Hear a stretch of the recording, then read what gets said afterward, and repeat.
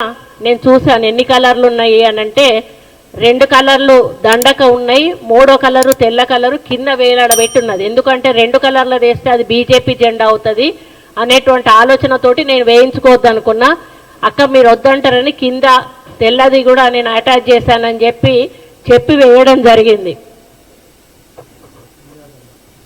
ఇది ఆ దండ, ఇది ఒక జాతీయ పతాకానికి సంబంధించిన కలర్ ఇది. అదేవిధంగా ఈ నూలు అనేది మరి వాళ్ళ వృత్తికి సంబంధించింది, చేనేత కార్మికుల వృత్తికి సంబంధించింది, చాలా పవిత్రమైనది. దీనిలో అంటే ఒక పెళ్లికి సంబంధించిన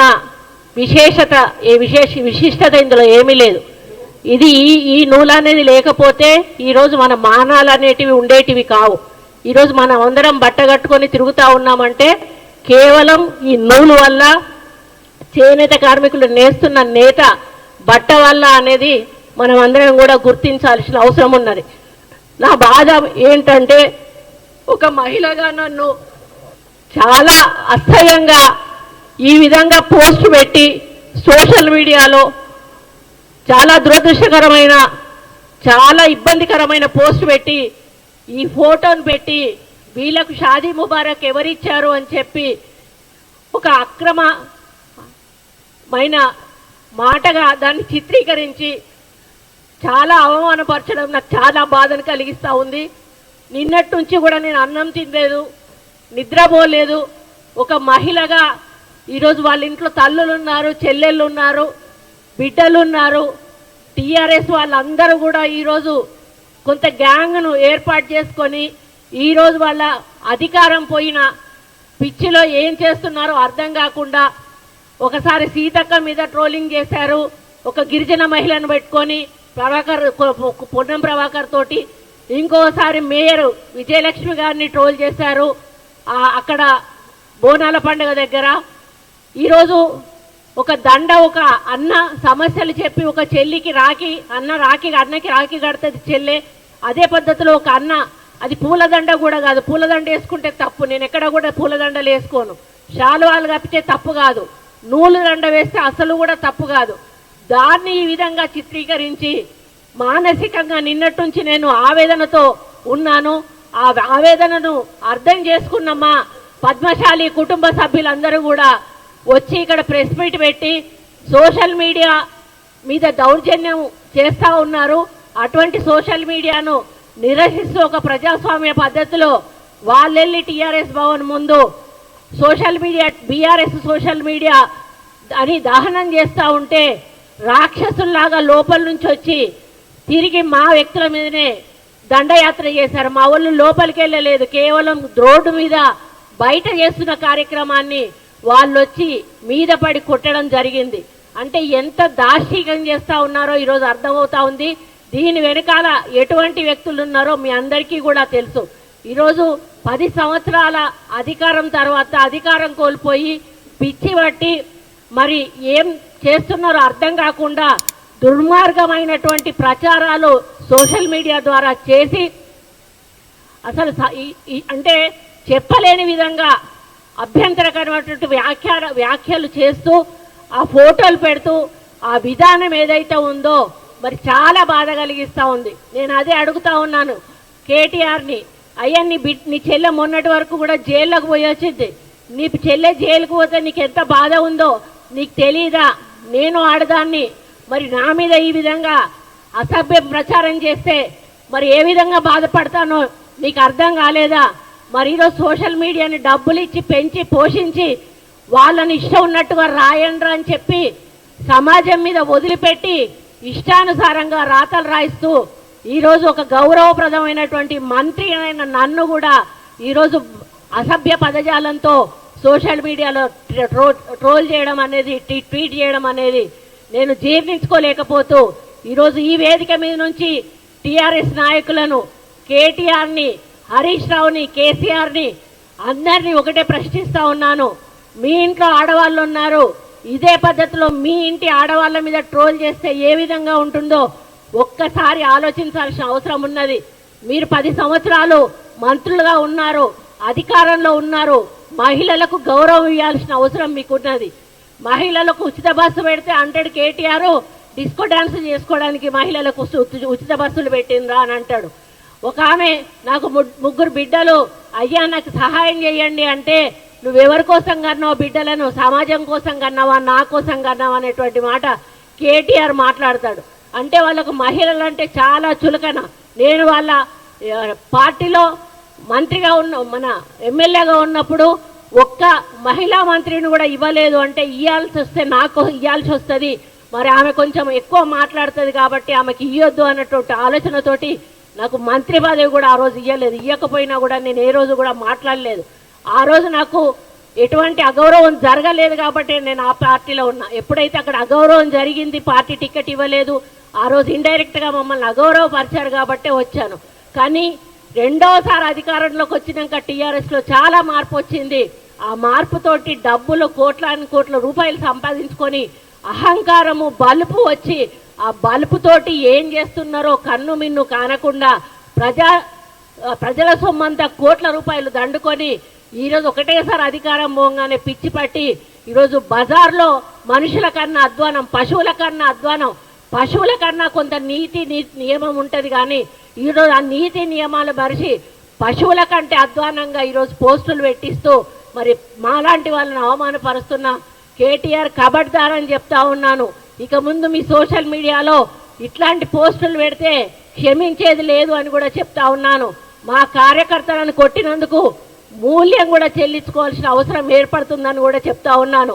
నాలాంటి ఆడబిడ్డ శాపం తప్పకుండా తగులుతుంది. నా జీవితంలో ఈ రోజు వరకు నాకు ఒక చిన్న మచ్చ కూడా నా రాజకీయ జీవితంలో లేదు. నేనంటే ప్రతి పార్టీలోని నాయకులు కూడా నన్ను గౌరవిస్తారు. అక్క అని నోటి నిండా పిలిచి నాతో మాట్లాడతారు. ఈరోజు ఆంధ్ర రాష్ట్రానికి వెళ్తే నన్ను అందరూ అక్క అని పిలుస్తారు, నా భర్తను అందరూ కూడా బావ అని పిలుస్తారు. ఎవ్వరు కూడా నన్ను మేడం అని పిలిచినా కూడా నేను ఒప్పుకోను. నన్ను మేడం అని పిలవద్దు, అక్క అని పిలవండి అని నేను పిలిపించుకుంటాను. అటువంటి వ్యక్తిత్వం ఉన్న నన్ను ఈరోజు ఇంత అసభ్యమైన పోస్టింగ్ పెట్టి నన్ను ఇబ్బంది పెట్టేటువంటి పని చేసిన కేటీఆర్ను మరి నిజంగా హెచ్చరిస్తా ఉన్నా, మీరు సోషల్ మీడియా బంద్ చేసుకో, లేకపోతే తెలంగాణ రాష్ట్ర మహిళలందరూ కూడా మరి ఇది గమనిస్తా ఉన్నారు. తప్పకుండా ఏదో ఒక రోజు తిరగబడతారు. ఈరోజు చేనేత కార్మికుల ఓట్లతో నువ్వు సిరిసిల్ల నుంచి నీకు గెలిచినవు. హరీష్ రావు కూడా చేనేత కార్మికుల ఓట్లతోటి గెలిచినరు. మీరు చేనేత కార్మికులకు చేసింది ఏమీ లేదు, వాళ్ళకి అన్యాయం చేశారు తప్పి. కాబట్టి మీరు గుర్తుంచుకోండి, ఎవరైతే మహిళల మీద అసభ్య పోస్టులు పెడుతున్నారో వాళ్ళను రెచ్చగొట్టడం అనేది సరైన పద్ధతి కాదు. దీన్ని మీరు మానుకోవాల్సిన అవసరం ఉంది. మీరు ప్రభుత్వం ఏదైనా తప్పులు చేస్తే వాటి మీద మీరు మాట్లాడండి, మాకేం అభ్యంతరం లేదు. అవి తీసుకుంటాం, తప్పులుంటే సరిదిద్దుకుంటాం. మరి మీకు ఒప్పులు ఎట్లాగో మీరు చూపించారు, చేసే ఏమైనా మీ వల్ల తప్పులుంటే చూపించండి, మేము వాటిని సరిదిద్దుకునే ప్రయత్నం చేస్తాం. కానీ ఈ విధంగా మానసిక వేదన కలిగించేటువంటి, కుటుంబాల్లో ఇబ్బందులు కలిగించేటువంటి పోస్టులు పెట్టి మరి ఒక మంత్రి అని మహిళ అనే గౌరవం లేకుండా ఈరోజు మీరు చేసినటువంటి కార్యక్రమం ఏదైతే ఉందో మొత్తం యావత్ ప్రపంచంలోని మహిళలందరూ కూడా దీన్ని గమనిస్తారు. తప్పకుండా అందరూ కూడా దీన్ని వ్యతిరేకిస్తారన్న విషయాన్ని గుర్తుపెట్టుకోండి. నేను ఒక్కటి అడుగుతా, ఇది తీసుకెళ్లి నీ చెల్లెకు చూపెట్టు కరెక్ట్ అని చెప్తుందా, నీ తల్లికి చూపెట్టు కరెక్ట్ అని చెప్తుందా, నీకు ఇంకెవరైనా మీ చుట్టాలుంటే మహిళలకు చూపెట్టు కరెక్ట్ అని చెప్తుందా? ఇది ఇంత దారుణంగా ఇటువంటి పోస్టులు పెట్టి ఒక గిరిజన మహిళను, ఒక బీసీ మహిళ, నేను ఒక బీసీ మహిళ విజయలక్ష్మి గారిని ఈరోజు ఇంత అవమానంగా ఇంత అసభ్యంగా మమ్మల్ని ప్రచారం చేయడం అనేది చాలా దారుణం. కాబట్టి దీన్ని తీవ్రంగా ఖండిస్తూ మరి దీన్ని మేము ఆల్రెడీ సైబర్ క్రైమ్కు ఇవ్వడం జరిగింది. సైబర్ క్రైమ్ వారు తప్పకుండా యాక్షన్ తీసుకోమని వారిని కోరడం జరిగింది. ఇక ముందు ఇట్లాంటి పోస్టులు పెడితే మాత్రం సహించేది లేదు అని చెప్పి కూడా నేను తెలియజేస్తా ఉన్నాను. కబడ్దార్ కేసీఆర్, మరి ఇండైరెక్ట్ గా నువ్వు చేస్తున్న ఈ పిన్ ప్రజలందరూ గమనిస్తా ఉన్నారు. ఇంకా మీరే ప్రభుత్వంలో ఉన్నారని అనుకుంటున్నారేమో, దయచేసి అది మర్చిపోండి. ఈరోజు కాంగ్రెస్ ప్రభుత్వం రేవంత్ రెడ్డి గారి నాయకత్వంలో ప్రజా సంక్షేమం, అభివృద్ధి, హెల్త్, ఎడ్యుకేషన్ అనే వాటిని మరి ఒక ముందుకు తీసుకుపోతున్న సమయంలో మీరు మధ్యలో మరి ప్రభుత్వం చేస్తున్న కార్యక్రమాలు ఒప్పుకోకుండా ఇలాంటి తప్పుడు ప్రచారాలు, అసభ్యకరమైన ప్రచారాలు చేసి మరి దయచేసి మీరు ప్రజల కోపానికి ఆహుతులు కావద్దని చెప్పి హెచ్చరిస్తూ, నేను నిజంగా మానసికంగా చాలా బాధతోటి దుఃఖం వస్తూ ఉంది. నాకు అసలు ఏం చేయాలో తెలియట్లేదు. నిన్నటి నుంచి కూడా నిన్న ఏడ్ చేశా, నాకు అది చూడంగానే ఏడుపు వచ్చేసింది. ఇది చాలా బాధాకరం. దీన్ని దయచేసి మీడియా మిత్రులందరూ కూడా, మనకు ఫ్యామిలీలు ఉంటాయి, మనకు మహిళలు ఉంటారు. బయటికి పోతే మన అర్ధరాత్రి ఆడవాళ్ళు బయటికి పోయినప్పుడే మనకు నిజమైన స్వాతంత్రం వచ్చిందని ఆనాడు మహాత్మా గాంధీ చెప్పాడు. కానీ ఈరోజు నాలాంటి మహిళ ఇంట్లో కూడా ఉండలేనటువంటి పరిస్థితి ఈ టీఆర్ఎస్ నాయకులు, బీఆర్ఎస్ నాయకులు మరి సోషల్ మీడియా ద్వారా తీసుకొస్తా ఉన్నారు. కాబట్టి దీనికి ఎక్కడొక దగ్గర అంతం పలకాల్సిన అవసరం ఉన్నది. నేను ఇదే అంతం కావాలని కోరుకుంటా ఉన్నాను. దీని తర్వాత ఇటువంటిది ఏ ఒక్క పోస్ట్ పెట్టినా కూడా మరి దాని మీద తీవ్రమైన చర్యలు ప్రభుత్వం తరఫున కానీ మా పార్టీ తరఫున కానీ ఉంటాయని నేను హెచ్చరిస్తూ, ఇక ముందు ఇటువంటి చేయడం మానుకోవాలని మరి సోషల్ మీడియా వాళ్ళని, అదేవిధంగా కేటీఆర్ని, బీఆర్ఎస్ పార్టీ నాయకులందరినీ కూడా హెచ్చరిస్తూ, కబడ్దార్ కాంగ్రెస్ పార్టీ చూస్తూ ఊరుకోదు. మరి నా మీద ఈరోజు చేసిన దాంతో ఆగిపోవాలి. ఇక ముందు ఇటువంటి దరిద్రమైనటువంటి దుష్ప్రచారాలు చేయడం మానేయండి అని చెప్పి పాప రఘునందన్ రావు గారు నాకు ఫోన్ చేసి, అక్క నీ దండం పెడతా, నీ కాలు మొక్తా, నన్ను క్షమించక్క అని చెప్పి ఆయన అన్నాడు. ఆయన ఎంత బాధపడుతున్నాడంటే, ఒక సిస్టర్ లాగా ఇప్పుడు మనం ఏదైతే అన్నకు రాఖీ కడతామో అదే పద్ధతిలో ఆయన ఒక నూలు దండను వేస్తే దాన్ని ఈ పద్ధతిలో వాళ్ళు ప్రచారం చేయడం ఏదైతే ఉందో, వాళ్ళు ఏదంటే మన అటవీ జాత వాళ్ళు ఉంటారు కదా, వాళ్ళలాగా అనిపిస్తూ ఉన్నది. మానవులు ఒక రోజు బట్టలు లేకుండా ఆకులు కట్టుకునేవాళ్ళు. ఈరోజు మనం బట్టలు కట్టుకుంటున్నామంటే ఎవరిదయ్యా? మార్కండేయుడు దయ వల్ల ఆయన నూలు పోగును తయారు చేస్తాను. నూలు పోగు ద్వారా ఈరోజు మనం బట్టలు కట్టుకుంటున్నాం. మరి నువ్వు సిగ్గు లజ్జ ఉంటే నేను ఒకటే చెప్తానా, చేనేత అని దాన్ని అవమానించావు నూలుని, నువ్వు బట్టలు లేకుండా బజార్లో తిరుగు అని చెప్పి నేను కేటీఆర్ని అడుగుతా ఉన్నాను. అప్పుడు నీకు చేనేత విలువ తెలుస్తుంది, చేనేత నూలు విలువ తెలుస్తుంది. నీకు నూలు విలువ తెలియకుండా ఈ విధంగా ప్రచారం చేయడం ఏదైతే ఉందో చాలా బాధాకరం. నూలు విలువ తెలిసిన వాడు అయితే నువ్వు బట్టలు ఇప్పి బజార్లో తిరుగు, లేకపోతే క్షమాపణ చెప్పి తప్పైంది అని చెప్పి ఇంకొకసారి అట్లాంటి పోస్టులు రాయకుండా చూసుకోవాల్సిన బాధ్యత నీ మీద ఉంది కేటీఆర్.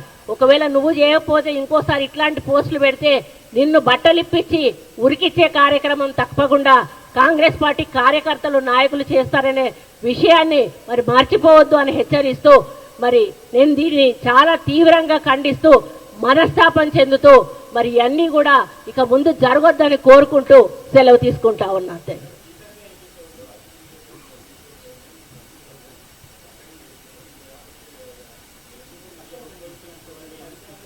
అది స్పీకర్ నోటికి తీసుకెళ్ళాము. పార్టీ తరఫున మేమంతా అంటే ఏదో వేసేసారులే అంతటితో ఆగిపోతుంది అనుకున్నాము. కానీ ఈ రోజు ఇక్కడ దాకా వచ్చినప్పుడు ఆగిపోయే ప్రసక్తే లేదు. ఇక సీఎం గారు నోటీస్కు కూడా వెళ్ళింది. ఇక ముందు ఇట్లాంటివి పూర్తిగా జరగకుండా యాక్షన్ తీసుకోమని చెప్పి సీఎం గారు ఆల్రెడీ ఇన్స్ట్రక్షన్స్ కూడా ఇవ్వడం జరిగింది. అదే కదా, వాళ్ళు మనుషులు కాదు మృగాలని చెప్తున్నది కదా. స్పీకర్ గారు వారి పరిధిలో వారు తీసుకుంటారు, వాళ్ళని మేము ఆదేశించే వాళ్ళం కాదు. కానీ మా తరఫున మాత్రం అన్ని ఖండిస్తా ఉన్నాము. ఇక ముందు ఇట్లాంటిది జరగకుండా సీఎం గారు మరియు పిసిసి అధ్యక్షులు కూడా చాలా సీరియస్గా తీసుకున్నారు. మరి దాన్ని ఇక ముందు జరగకుండా చూసుకునే బాధ్యత మాది. ఇక ముందు జరిగితే ఏం చేయాలో చేసే బాధ్యత కూడా మాది.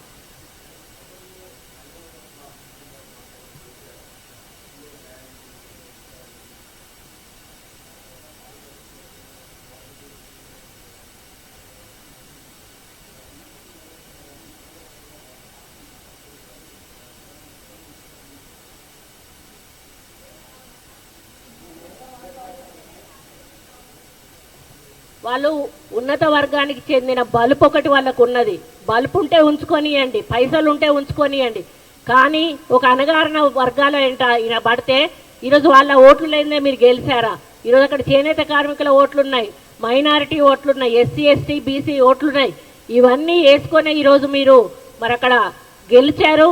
ఈరోజు మళ్ళీ మమ్మల్ని కించపరుస్తూ ఈరోజు పోస్టులు చేస్తూ ఉన్నారు.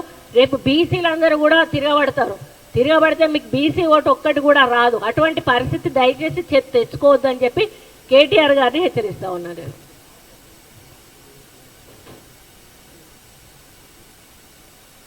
చాలా ఉన్నాయి చెప్పాలంటే. వాళ్ళు ఎమ్మెల్యేలుగా ఉన్నప్పుడు వాళ్ళ మీద వచ్చిన అలిగేషన్స్ కానీ, మహిళలను ఏదైనా పని అడిగితే రావాలి అని అడగడం కానీ, కౌశిక్ రెడ్డి మాట్లాడిన మాటలు కానీ, గవర్నర్ గారిని కామెంట్ చేస్తూ మాట్లాడిన మాటలు కానీ, అంటే వాళ్ళకు మహిళల మీద ఏమాత్రం గౌరవం ఉన్నదో వాళ్ళు మాట్లాడిన మాటలు మీకు తెలియంది కాదు. అటువంటి వాళ్ళు మరీ ఇంత హీనంగా, ఇది ఒక అన్నా చెల్లెళ్ళ బంధం అండి, ఇది ఒక అన్నా చెల్లెళ్ళ బంధం. దీన్ని వక్రీకరించి మాట్లాడడం అనేది చాలా బాధాకరం. నేను జీర్ణించుకోలేకపోతా ఉన్నాను. దయచేసి ఈ విషయాన్ని కేసీఆర్ గారి భార్యను అడుగుతా ఉన్నాను, అమ్మ శోభమ్మ ఇది కరెక్టేనా? అదేవిధంగా కవిత గారిని అడుగుతా ఉన్నాను, కవిత గారు ఇది కరెక్టేనా? అదేవిధంగా కేటీఆర్ గారి భార్యను కూడా అడుగుతా ఉన్నాను, అమ్మ ఇది కరెక్టేనా, మీకు కరెక్టే అనిపిస్తా ఉందా? రాష్ట్రంలో ఉన్నటువంటి మహిళలందరినీ కూడా అడుగుతా ఉన్నాను, ఇది కరెక్టేనా? ఒక అన్న ఒక చెల్లెకు ఒక నూలు దండ వేసి చేనేత కార్మికుల సమస్యలు చెప్పిన దాన్ని ఈ విధంగా కళ్యాణ లక్ష్మి వీళ్ళకి ఎవరిచ్చారు అని ఫీడ్ చేయడం ఇది ఎంతవరకు కరెక్టు అనేది ప్రతి ఒక్క మహిళ కూడా ఆలోచించి, ఎవరైనా టీఆర్ఎస్ నాయకులు గ్రామాల్లోకి వచ్చినప్పుడు వాళ్ళని బట్టలు కూడా తీసి ఉరికించాల్సిన అవసరం ఉందని చెప్పి కూడా మరి తెలంగాణ రాష్ట్ర మహిళలకు తెలియజేస్తా ఉన్నాను.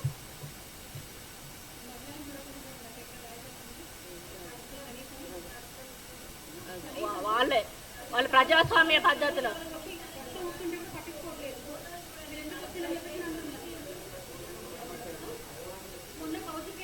ఏం లేదు, వాళ్ళు సోషల్ మీడియా దిష్టి బొమ్మ బయట దహనం చేయడానికి పోయారు. అసలు వాళ్ళు గేటు ముట్టుకోలేదు, లోపలికి పోలేదు. అందులోంచి 100 మంది దాకా వచ్చి మొత్తం వాళ్ళే మీద పడి కొట్టి మళ్ళీ వాళ్ళే రాద్ధాంతం చేశారు. వాళ్ళు ఎవరిని కూడా వదిలిపెట్టేది లేదు. వాళ్ళందరి వీడియో తీయడం జరిగింది. వాళ్ళందరి మీద కూడా చర్య తీసుకోవడం జరుగుతుంది. ప్రజాస్వామ్య పద్ధతిలో ఎవరు ఏమైనా కూడా చేసుకోవచ్చు. వాళ్ళు ప్రజాస్వామ్య పద్ధతిలో చేస్తున్నారు. వాళ్ళు అక్కడ ఏమీ రచ్చ చేయలేదు, ఎవరిని ఇబ్బంది పెట్టలేదు. వాళ్ళు బయట చేసుకున్న కార్యక్రమాన్ని లోపల నుంచి వచ్చి దౌర్జన్యంగా వాళ్ళ మీద దాడి చేశారు. వాళ్ళు ఎవరిని కూడా విడిచిపెట్టే ప్రసక్తే లేదని కూడా ఈ సందర్భంగా తెలియజేస్తారు.